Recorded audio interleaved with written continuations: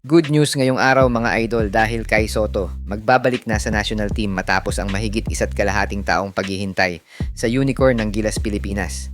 Tara pag-usapan natin ang pagbabalik ni Kai mga idol.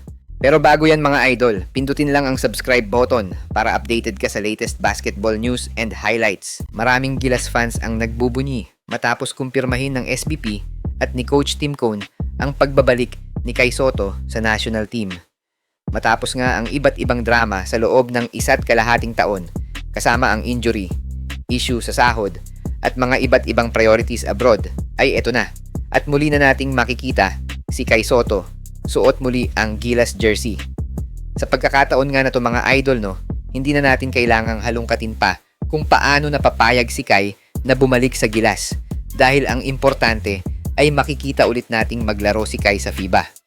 Mukhang nagkatotoo din ata yung request ng FIBA mismo na pabalikin si Kai matapos nilang sabihin na kailangan na talaga siya ng Pilipinas para sa 4th window.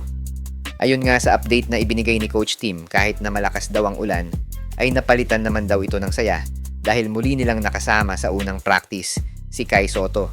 Sa pagkakabanggit nga ni CTC ay magpapahinga muna nga daw si Kai sa kanyang priorities pa abroad na nagpapahiwatig na available si Kai sa Gilas para maglaro. Matatandaan na ilang buwan na ang nakakalipas ng pumutok ang balitang tatlo sa mga big man ng Gilas ang hindi makakapaglaro sa qualifiers kaya naman marami ang dismayado at nagtatanong kung maitatawid kaya ng Gilas ang 6 na mahahalagang laban nito sa next round. Huling naglaro si Kai Sotto sa Gilas Pilipinas last 2024 bago siya ma-injury sa kanyang team sa Japan B-League last 2025. Kaya naman sa pagbabalik ni Kai, hindi lang buong Pilipinas ang excited na makitang muli ang 7'3" center ng Gilas dahil panigurado, buong mundo ang manonood sa matagal-tagal ng hiling ng mga Pilipino na maglaro si Kai sa national team. Ikaw ba idol? Excited ka na bang makita ulit si Kai sa national team?